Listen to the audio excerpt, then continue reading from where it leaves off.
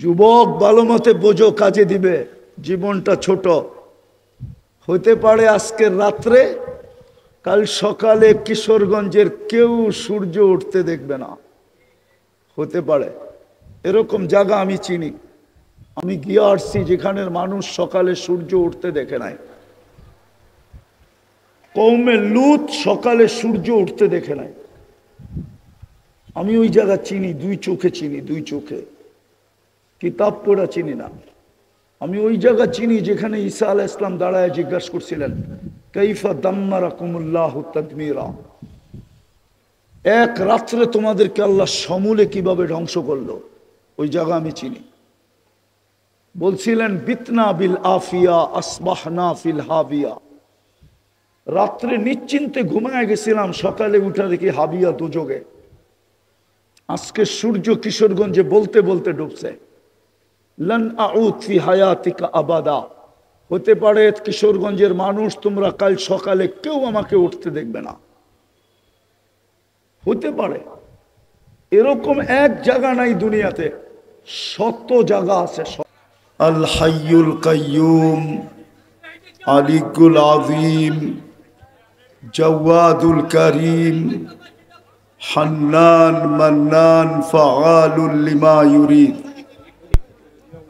والصلاة والسلام على حبيبنا وحبيب ربنا مصطفى مجتبى لواء الحمد بيده يوم القيامة سيد الأولين والآخرين إمام المرسلين رسول رب العالمين بشيرا ونذيرا داعيا إلى الله رحمة للعالمين شفيع المذنبين حريص بالمؤمنين رؤوف رحيم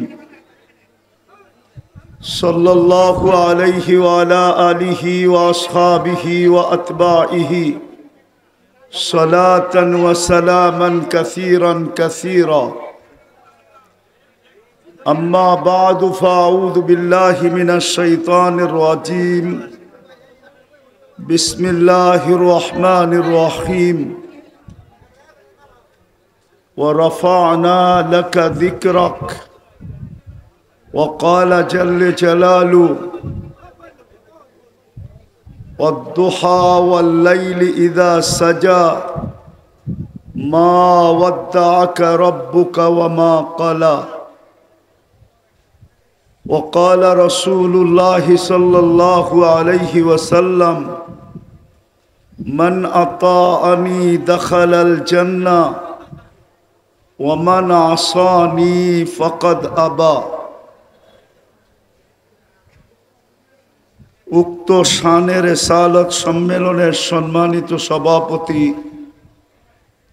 উপস্থিত উলামায়ে কেরাম, এলাকার বিভিন্ন জায়গা থেকে আগত মুসলমান ভাইয়েরা, বিশেষভাবে যুবকরা, যেই পর্যন্ত লাউড স্পিকারের আওয়াজ পৌঁছতেছে, যদি শোনার ব্যবস্থা থাকে বা বাড়ি পর্যন্ত যদি আওয়াজ পৌঁছে, তো পর্দার অন্তরালে মা ও বোনেরা, কুরআন হাদিস থেকে যতটুকুই তেলাওয়াত করলাম, আশা রাখি একই সামনে রেখে অতি অল্প সময় কিছু কথা রাখব। সাথে সাথে অনুরোধ থাকবে, যতটুকু কথা হবে বা যতটুকু শুনব, পরিপূর্ণ মনোযোগ দিয়ে শুনব। কেননা এটা আল্লাহর আদেশ, ইদা কুরিয়াল কোরআন ফাস্তামিউ, যখন কোরআন বা কোরআনী কথা শোনো, পরিপূর্ণ মনোযোগ দিয়া শোনো। দ্বিতীয় আল্লাহর আদেশ হলো আনসিতু, পরিবেশটাকে বিলকুল নীরব নিঝুম রাখো। যদি নড়াচড়াহীন হয় তাহলে আরো অনেক ভালো, কেননা শানে রিসালাত প্রোগ্রাম। শান বোঝেন, মান বোঝেন, মান তো বোঝেন, ঠিক না? শান মান বোঝেন? মুহাম্মদুর রসুল্লাহর শান। চলেন দুই চারটা দেখাই, দিলে লাগে কিনা। প্রতি জুমায় ইমাম সাহেব খুতবার ভিতরে একটা আয়াত পড়ে, ইন্নাল্লাহা ওয়া মালাইকাতাহু ইউসাল্লুনা আলান নবী ইয়া আইয়ুহাল্লাযীনা আমানু সাল্লু আলাইহি ওয়া সাল্লিমু তাসলিমা। প্রতি শুক্রবারে ইমাম সাহেব পড়ে। রাগ হয়ে যাবেন বলবো? এই মজমায় একজনও নাই যে ডেলি 100 বার দুরূদ পড়ে।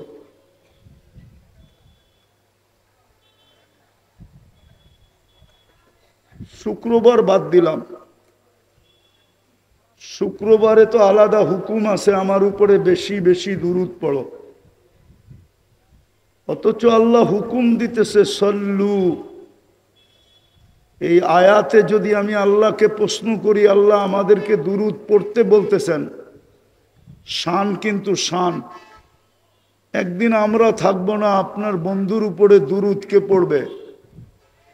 তা আল্লাহ বলে বেওকুফ ফেরেশতারা পড়বে। ইন্নাল্লাহর পরেই মালাইকা, ফেরেশতারা পড়বে। আমি যদি আল্লাহকে বলি, আল্লাহ ফেরেশতাও তো একদিন থাকবে না, কেননা আরশের নিচে বিরাট বড় সাইনবোর্ড আছে, ইন্নী কাতাবতুল মাউতা আলা মান তাহতা আরশি আল্লাযী লা ইয়ামুত ফাহুয়া ফাওকা আরশি। যে চিরঞ্জীব উনি আমার আরশের উপরে বিরাজমান, আরশের নিচে যে আছে তাকে মরতে হবে। তো ফেরেশতাও তো আরশের নিচে, এরাও মরে যাবে। আপনার বন্ধুর উপরে দুরূদ কে পড়বে? তা আল্লাহ বলে বেওকুফ, প্রথমেই তো বললাম ইন্নাল্লাহা, আমি আল্লাহ পড়তে ছিলাম, পড়তে আছি এবং পড়তে থাকব। আমার বন্ধুর দুরূদ আমি কখনো বন্ধ হইতে দেই না, আর কোনোদিন বন্ধ হইতে দিব না। ওই রসুল যার উপরে আল্লাহ দুরূদ পড়ে, যার দুরূদ আল্লাহ বন্ধ হইতে কখনো দেন নাই, কখনো দিতেছেন না, কখনো দিবেন না, আর আমরা ডেলি 100 বার পড়ি না। কোন যুবক তো বলতে পারবে না যে আমি 10 বার দুরূদ পড়ি ডেলি, বা একবার দুরূদ পড়ি,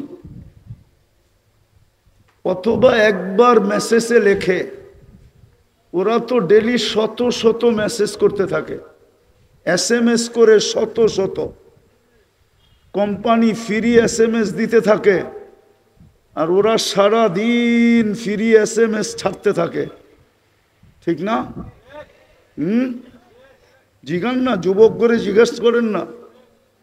ওরা তো আজ পর্যন্ত একবারও লেখে নাই মুহাম্মদুর রাসূলুল্লাহ আই লাভ ইউ,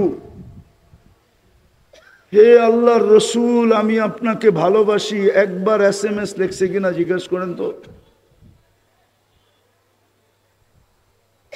এত বড় শান জিনার, যার দুরূদ আল্লাহ কখনো বন্ধ হতে দিতে চান না।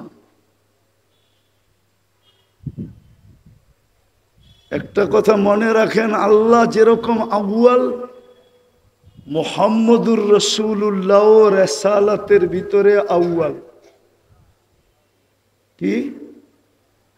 আল্লাহ যেরকম কি আউয়াল, মুহাম্মদুর রাসূলুল্লাহ রিসালাতের ভিতরে আউয়াল। এত বড় নবী দিলেন আমাদেরকে, কিন্তু যুবকদের চুল দেখলে তো মনে হয় না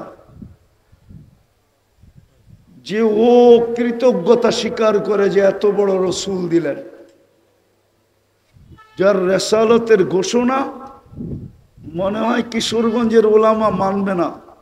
তারপরও বলি, আল্লাহর আল্লাহ ইয়াত যতদিন থেকে, মুহাম্মদুর রাসূলুল্লাহর রেসালতের ঘোষণা অতদিন থেকে।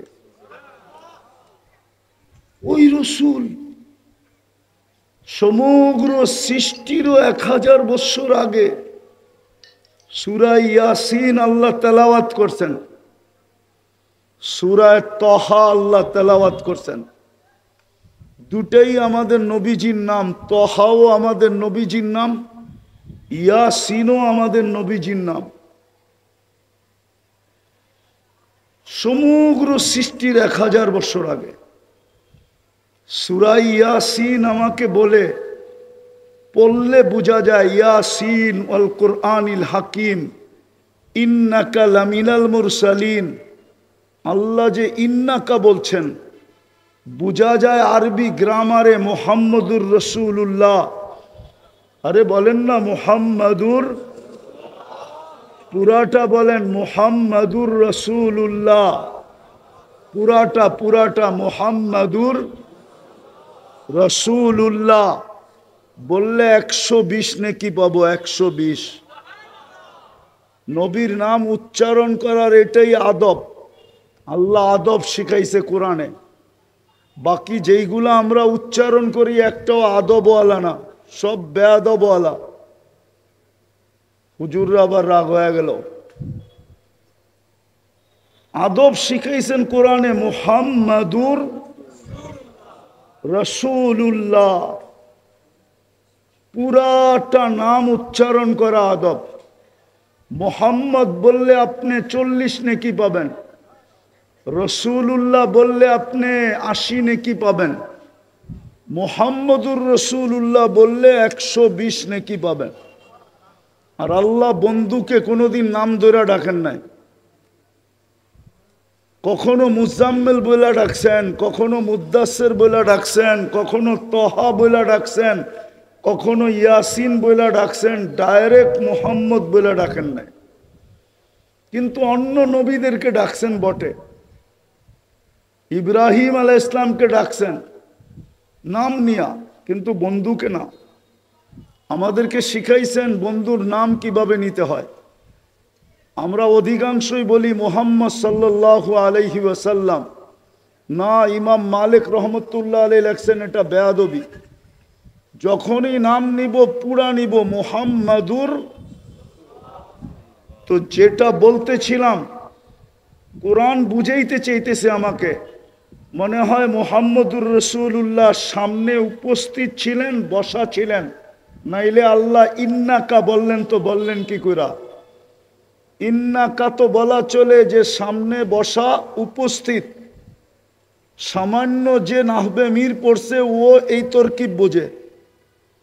বোঝা গেল বন্ধু তখনও উপস্থিত ছিল। আজকে আমাদের দুরবস্থা কেন জানেন? শুধু আমরা চিৎকার দিতেছি। আমাদের দুরবস্থা এই জন্য, এত বড় নবী দিলেন, এত বড় রসুল দিলেন,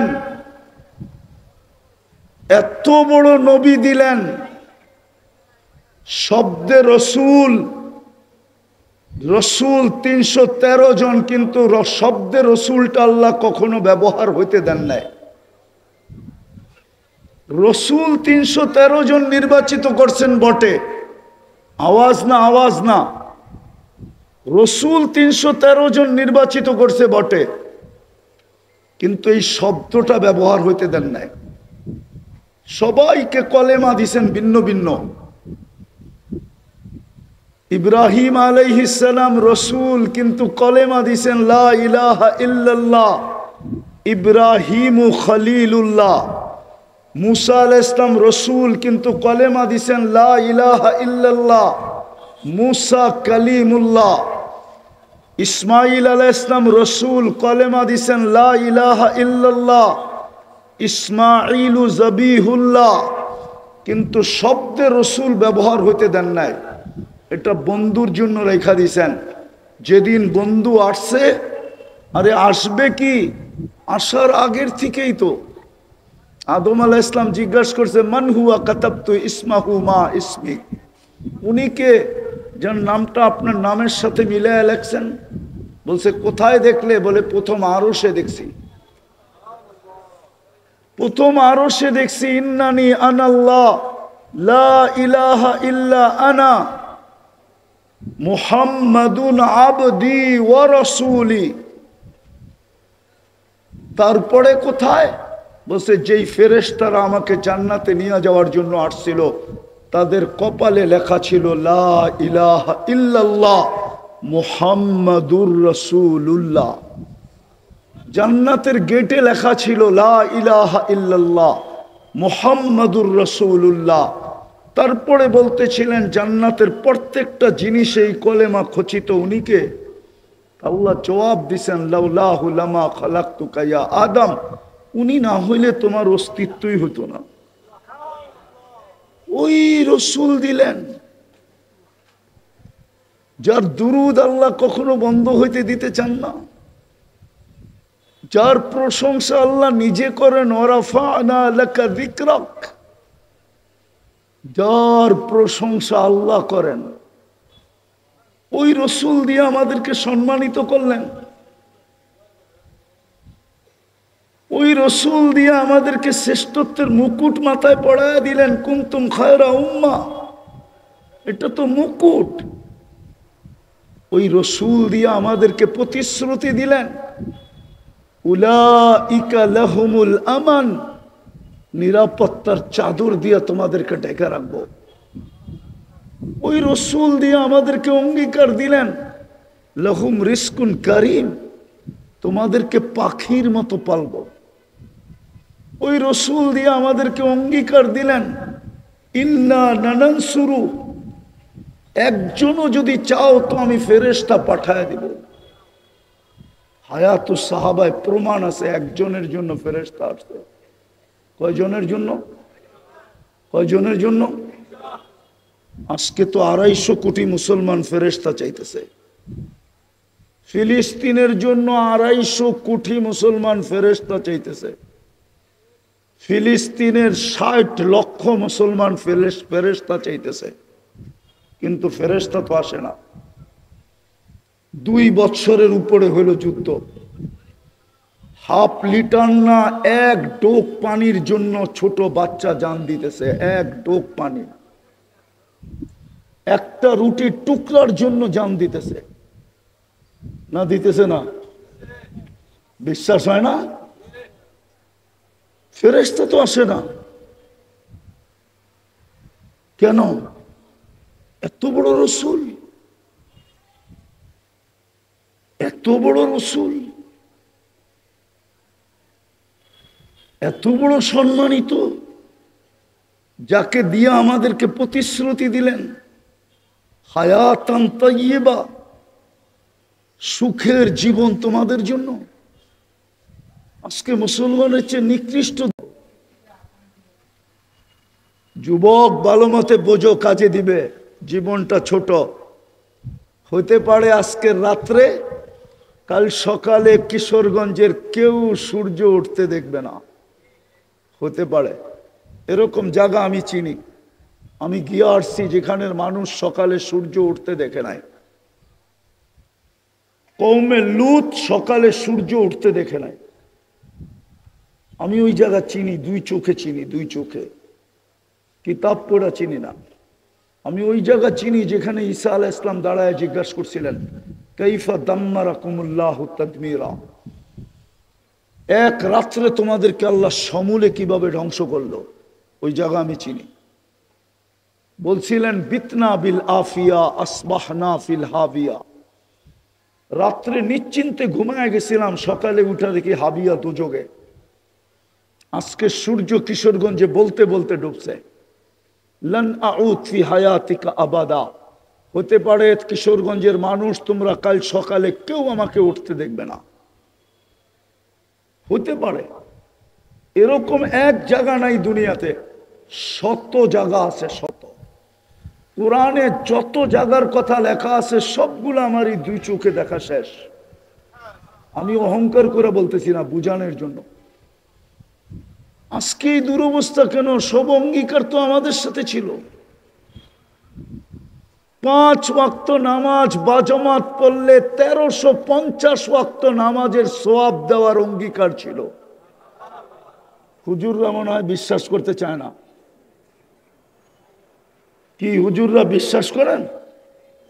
না মনে হয় ওনাদের মনেই মনে হয় বিশ্বাস করতে চায় না যে 313 কোত্থেকে পাইল, 1350 কোত্থেকে হুজুর পাইল। একা পড়লেই তো এক ওয়াক্তে 10 ওয়াক্ত। ইমাম বুখারী লেখছেন জামাতের সাথে পড়লে 27 গুণ বেশি। 10কে 27 দিয়ে পূরণ দিলে হয় 270 ওয়াক্ত। এক ওয়াক্তের বিনিময়ে জামাতে পড়লে 270 ওয়াক্তের সওয়াব দিবে। যাদের সাথে এক ওয়াক্তের বিনিময়ে 270 ওয়াক্তের অঙ্গীকার, ওই উম্মত আজকে 90% নামাজ পড়ে না। 90% মানুষ নামাজ পড়ে না। যুবকও পড়ে না, নারীও পড়ে না, বৃদ্ধও পড়ে না। চার দোকানে এক কাপ চা খায়া 3 ঘন্টা সময় টেলিভিশন দেখে। চা খায় 1 কাপ, টেলিভিশন দেখে 3 ঘন্টা। কি দেখে না? হ্যাঁ না দেখে না? রাত্র 1টা 1:30টায়ও দেখি রাস্তা দিয়ে যাওয়ার সময় সাদা দাড়িওয়ালা টেলিভিশন দেখতেছে। রাত্র বাজে কয়টা? 1টা। 4 দোকান 2টা 2:30টা পর্যন্ত খোলা থাকে, ঠিক না? আর স্টেশনের গুলা সারা রাত্র খোলা থাকে, ঠিক না? হ্যাঁ, সারা রাত্র পাওয়া যাবে দাড়িওয়ালা টেলিভিশন দেখে। এত বড় রসুল দিলেন,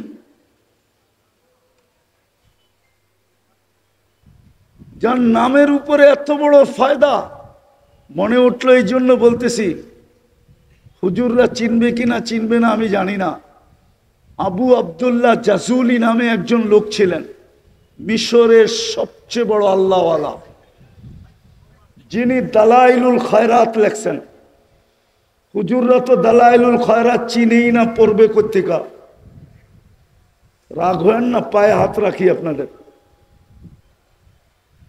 অথচ 7 দিনের দুরুদ ছিল এখানে, প্রতিদিন এক রকমের দুরুদ পড়া উচিত ছিল প্রত্যেক উলামাদের। দালাইলুল খয়রাত। ওনাকে জিজ্ঞাসা করছে, আপনি দুরুদের কিতাব কেন লেখলেন? বলছে, আমি একদিন সফরে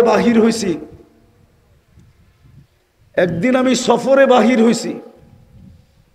নামাজের সময় হয়ে গেছে, কিন্তু পানি পাইতেছিলাম না। আমি পানি তালাশ করতেছিলাম, নামাজের সময় কম হইতেছিল। বিলকুল শেষ মুহূর্তে এসে একটা কুয়া পাইছি, কিন্তু ওইখানে কোনো রশি বালতি ছিল না। পেরেশান ছিলাম, পানি কি করে তুলবো। তো দেখতেছিলাম পাশেই একটা মাটির ঘর, ছাদে একটা 5-6 বছরের মেয়ে খেলতেছিল ছাদে। তো ডাইকা বললাম, ওই মেয়ে আমাকে একটা বালতি আর রশি দাও। বলল, কেন? বসে, উজু করব, নামাজ পড়ব, সময় কিন্তু সংক্ষেপ, অল্প সময় রয়ে গেছে। তো মেয়ে জিজ্ঞাসা করছে, তোমার নাম কি? আমার নাম আবু আব্দুল্লাহ জাজুলি। তো মেয়ে একটা অট্ট হাসি দিয়া বলতেছে, শাইখ আবু আব্দুল্লাহ জাজুলি, ইউসনা আলাইকা দুনিয়া বিল খাইর। সারা দুনিয়া তোমার গুণগানে রত, পুরো আরব ভূখণ্ড তোমাকে চিনে। ও আনতা তাতাহাইয়ার আন তাখরুজাল মাআ মিনাল বীর। তুমি কুয়ার থেকে পানি উঠাইতে পারতেছো না, রশি টুকাইতেছো আর বালতি। এত বড় শাইখ হয়ে কি লাভ হইল? আবু আব্দুল্লাহ জাজুলি বলতেছে, ওই মেয়ে, তর্ক বিতর্ক করিস না, বালতি দে, রশি দে। তো মেয়ে বলতেছে, সর। ওই ছাদের থেকে দাঁড়ায়া কুয়ার ভিতরে থুতু মেরা দিছে, আর পানি উছলায়া উপরে চলে আসছে। মেয়ে বলতেছে, ওই শাইখ কার উজু, পড় নামাজ। তাড়াতাড়ি উজু করে নামাজ পড়া জিজ্ঞাসা করছে, ওই মেয়ে, তুই এত বড় মর্তবা পাইলি কি করে? তো বলতেছে, আমি বকরি চড়াই, বকরি। সারাদিন আল্লাহর রসুলের উপরে দুরুদ পড়ি। ওই দুরুদের কারণে আল্লাহ আমাকে এই বয়সে এত বুজুর্গি দান করছে। ওই রসুলের উম্মত আজকে ডেলি 100 বার দুরুদ পড়ে না। যুবক রাগ হয় না, তোমার আমার জিন্দেগির উপরে লানত লানত লানত। তুমি ডেলি একবার দুরুদ পড়ো না, লানত আমাদের জিন্দেগির উপরে। আজকে মুসলমানের দুরবস্থা কেন? এত বড় নবী পাওয়ার পরে যার দুরুদ পড়তে পড়তে এই বুজুর্গি পাওয়া যায় যে কুয়ার থেকে পানি আর উঠাইতে রশি আর বালতির দরকার হয় না। আমাদের নবীজি যখন পেটে ছিলেন, পেটে আসতে দেরি, আমেনা কুয়ার কাছে গেলে রশি বালতি দিয়ে পানি উঠাইতে হতো না। কুয়ার পানি উছলায়া উপরে আসতো, আর আয়েশা প্রথমে সালাম দিত, আমেনা সালাম, তো জাহানের বাদশা তোমার পেটে, তুমি চলে আসছো কেন? বললে তো বাড়িতে যে পানি বইড়া দিয়ে আসতাম। মক্কার মেয়েরা অপেক্ষা করতো আমেনা কুয়ার পাড়ে কখন আসবে। যখন আমেনা কুয়ার পাড়ে আসতো তো মক্কার মেয়েরা বলতো, আমেনা তুমি আগে ভরো না, তুমি আগে পানি ভরলে পানি তলদেশে চলে যাবে, আমাদেরকে রশি বালতি দিয়ে উঠাইতে হবে, আমরা আগে ভরা নেই, তারপরে তুমি ভরা নিও। তুমি যতক্ষণ না বলবে পানি ততক্ষণ নিচে যাবে না। ওই রসুল। বিধবা মহিলার সুঘ্রাণ লাগানো নিষেধ এখনো, তখনও। আব্দুল মুত্তালেব একদিন স্ত্রীর কাছে অভিযোগ করছে, পুরা মক্কায় এই কথা মুখে মুখে, তোমার পুত্রবধূ বিধবা, কিন্তু এত দামি সুঘ্রাণ কোথায় পায়? আগে পুত্রবধূকে জিজ্ঞাসা করো, নাক কান কাটা গেল কিন্তু আমি সর্দার। তো বলছে, তুমি বলতেছ, আমিও তো দেখতেছি সুঘ্রাণ, যখনই গোসলখানার থেকে বাহির হয় আর আমি ঢুকি, মনে হয় কে জানি সুঘ্রাণ দিয়া প্যাক করে রেখা আসছে, প্যাক কইরা। কি কইরা? প্যাক করে রেখা আসছে। দুইজনে জিজ্ঞেস করতেছে, মা সুঘ্রাণ কোত্থেকে পাস, তুই না বিধবা? বলছে, মা শরীরে সুঘ্রাণ না, থুতুতেও সুঘ্রাণ। বলছে, মা এটা আমার সুঘ্রাণ না, প্যাটেরটা সুঘ্রাণ, প্যাটেরটা। ওই রসুল দিল, এতগুলা প্রতিশ্রুতি দিল, এক রাত্র 83 বৎসর দিল, এত বড় মর্যাদা দিল। আজকে আমাদের এই দুরবস্থা কেন? ওলামাদের মিলতে পারে যোগ বিয়োগ, আমার মেলে না। ফিলিস্তিনের যুদ্ধ আমার যোগ বিয়োগ মিলে না। কিশোরগঞ্জের ওলামাদের মিলতে পারে যোগ বিয়োগ, আমার মিলে না। কেননা ওনারা তো মিডিয়ায় ফিলিস্তিন দেখছে মনে হয়, আমার মতো 15 বছর আগে যে চোখে দেখে নাই ফিলিস্তিন। আমার মতো যদি 15 বছর আগে দেখতো ফিলিস্তিন, তাহলে ওরও যোগ বিয়োগ মিলতো না। যে যেইখানে ইব্রাহিম আলাইহিস সালাম ঘুমায়, যেইখানে মুসা আলাইহিস সালাম ঘুমায়, যেইখানে শুআয়ব আলাইহিস সালাম ঘুমায়, যেইখানে ইউসা বিন নুন ঘুমায়, যেইখানে 70 জন নবীর কবর চিহ্নিত ঘুমায়, যেইখানে 45,000 সাহাবা ঘুমায়, ওই রসুল যেখানে পাও রাখে, যার জন্য আল্লাহ 2টা সম্মেলন করেন। 2টা। কয়টা? কয়টা? 2টা সম্মেলন করছেন আল্লাহ। একটা আরশের নিচে করছেন, ইয আখাযাল্লাহু মিসাকান নাবিয়্যিন লামা আতাইতুকুমুল কিতাবা ওয়াল হিকমা। এই আয়াত বলে আল্লাহ সম্মেলন করছিলেন সমস্ত নবী রসুলদেরকে ডাইকা। এই জন্য আপনাদেরকে আমি একটা তথ্য দেই, কেউ যদি বলে যে অমুকে নবী, মুহাম্মদুর রাসূলুল্লাহর পরে যদি কেউ বলে যে অমুকে অমুকে অমুকে, আরে আমাদের দেশে আছে না নবুয়তের দাবি করে অমুকে, না নাই আছে?